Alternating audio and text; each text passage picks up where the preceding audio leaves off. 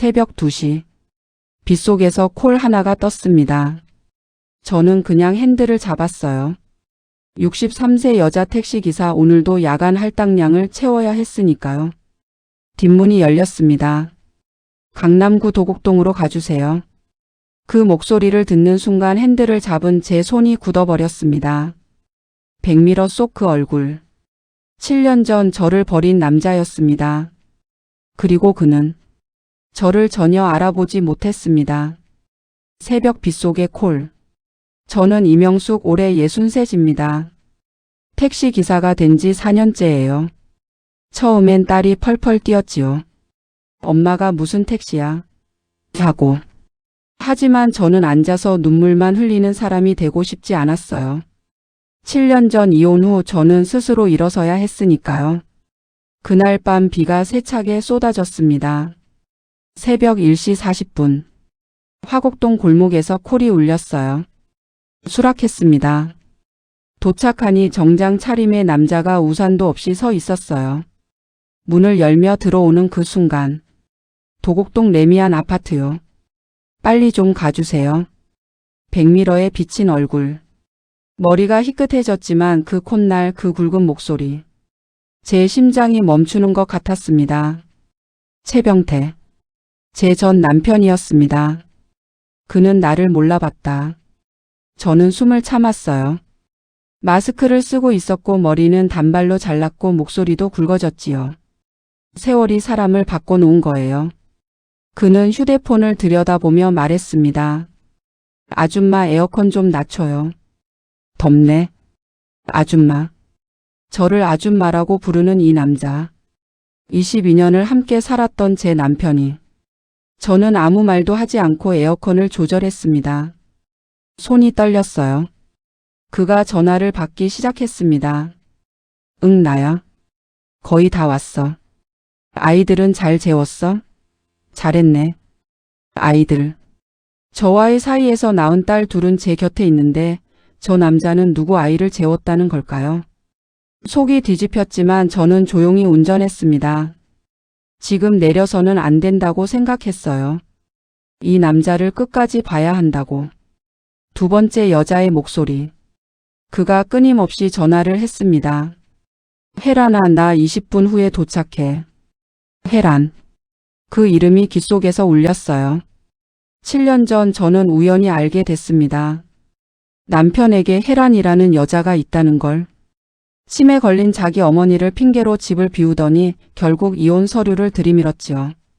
그때 남편은 말했어요. 당신이랑 살면 내가 죽어. 고마웠어. 22년이 고작 그 말로 끝났습니다. 저는 두 딸을 데리고 쪽방에서 다시 시작해야 했어요. 그런데 이 남자는 지금 새 아파트에 새 여자와 살고 있는 겁니다. 뒷좌석에서 그가 한숨을 내쉬며 혼잣말을 했어요. 에휴, 전처가 애들 양육비 또 올려달라고 했나봐. 귀찮게. 전처. 저였습니다. 저를 귀찮다고 했습니다. 그 순간 무언가 제 안에서 단단하게 굳어졌어요. 7년의 진실. 저는 백미러를 슬쩍 봤습니다. 그는 넥타이를 풀고 기지개를 켜고 있었어요. 7년 전 이혼할 때 그가 제출한 재산 내역서가 생각났습니다. 통장에 돈이 없다고 했어요. 사업이 망했다고 했어요. 그래서 저는 위자료도 제대로 못 받았지요. 그런데 그가 전화로 말하는 걸 들으니 이번 달 대출 상환 다 끝났어. 그 강남 상가 수익률이 꽤 나오더라고. 강남 상가. 대출 상환 완료. 저는 속이 부글부글 끓었지만 핸들을 꽉 잡았습니다. 목적지에 거의 다 왔을 때 그가 갑자기 물었어요. 아줌마 혹시 이 근처 잘 알아요? 나 여기 이사 온 지 얼마 안 됐거든. 저는 낮고 차분하게 대답했습니다. 네, 잘 알죠. 도곡동은 제가 20년 전에도 자주 왔던 동네거든요. 그는 별 생각 없이 흘려들었습니다. 하지만 저는 그 20년 전이 우리 결혼 초기였다는 걸 알고 있었어요. 미터기를 끄지 않은 이유. 도착했습니다. 그가 카드를 내밀었어요. 저는 결제를 받으면서 그의 손을 잠깐 봤습니다.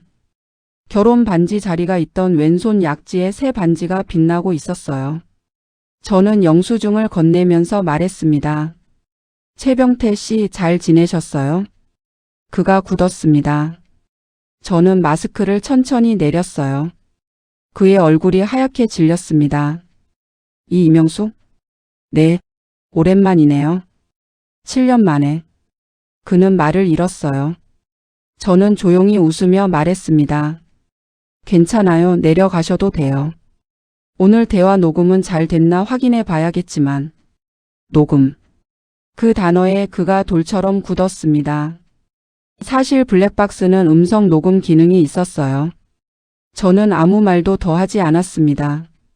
블랙박스가 다 들었다. 다음 날 저는 큰딸 수진에게 전화했습니다. 엄마 무슨 일이야? 딸의 목소리는 지쳐 있었어요. 양육비 문제로 아빠 쪽 변호사랑 싸우는 중이라고 했습니다. 저는 블랙박스 파일을 딸에게 보냈어요. 그날 밤 수진이가 다시 전화했습니다. 목소리가 떨렸어요. 엄마 아빠가 강남 상가 있대. 재산 은닉이잖아. 이혼 당시에. 네, 바로 그겁니다.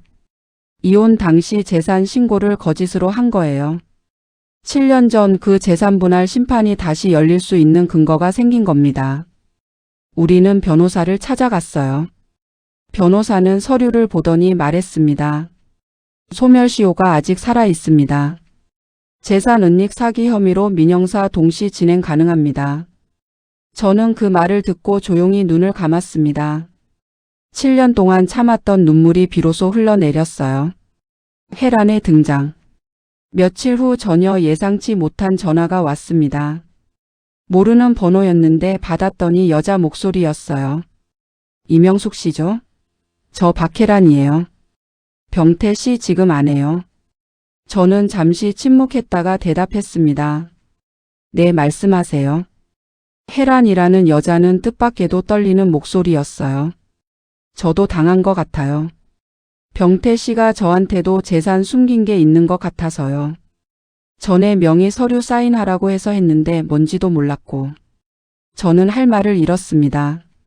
이 여자도 피해자였던 걸까요? 최병태라는 남자는 저한테도 새 아내에게도 같은 짓을 한 겁니다. 혜란이 조심스럽게 물었어요. 저도 같이 싸워도 될까요? 두 여자의 동맹. 저는 혜란을 만났습니다. 카페 구석자리. 그녀는 생각보다 훨씬 어렸어요. 40 초반으로 보였는데 눈이 퉁퉁 부어 있었습니다. 병태가 서명하라고 했던 서류들 그것들이 실은 자기 명의로 된 상가와 토지를 혜란 명의로 돌려두는 작업이었다는 걸 혜란은 뒤늦게 알게 된 거였어요. 저 이 사람이랑 이혼하고 싶은데 나가라면서 재산 다 자기 거라고 해요. 혜란이 울었습니다. 저는 오히려 차분해졌어요. 변호사가 말한 대로 혜란 명의 재산은 병태가 저와 이혼할 때 은닉한 재산의 일부일 가능성이 매우 높았습니다. 혜란 씨, 우리 같이 고소하면 돼요. 증거는 내가 다 갖고 있어요. 두 여자가 처음으로 같은 편이 된 날이었습니다. 법정에 선 택시기사. 재산분할 재심 청구가 받아들여졌습니다. 민사소송과 동시에 재산 은닉 형사 고발도 진행됐어요. 병태는 처음에 말도 안 된다며 버텼지만 블랙박스 녹음, 혜란이 넘겨준 서류들, 7년간의 등기 자료가 모두 증거로 제출되자 무너지기 시작했습니다. 법정에서 그가 저를 봤을 때의 눈빛을 저는 평생 잊지 못할 거예요. 두려움과 당혹감 그리고 처음으로 미안함 같은 것이 스쳐 지나갔습니다.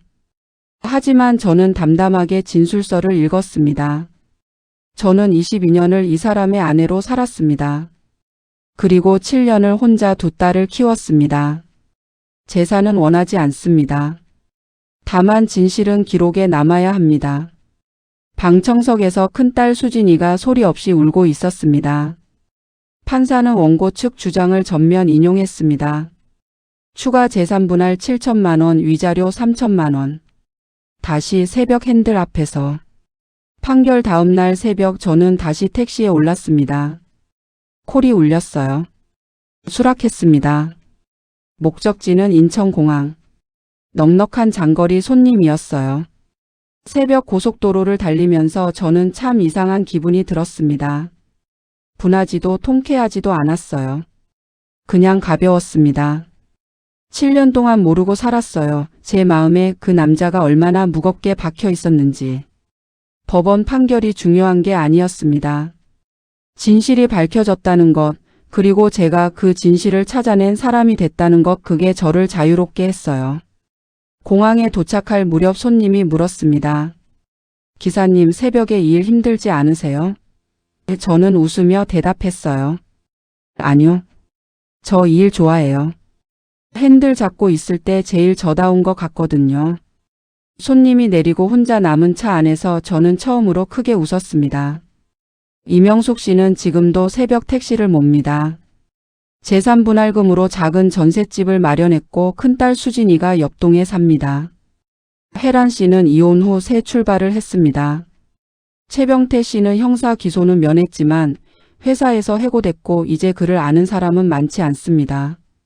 버려진 자리에서 다시 핸들을 잡은 여자.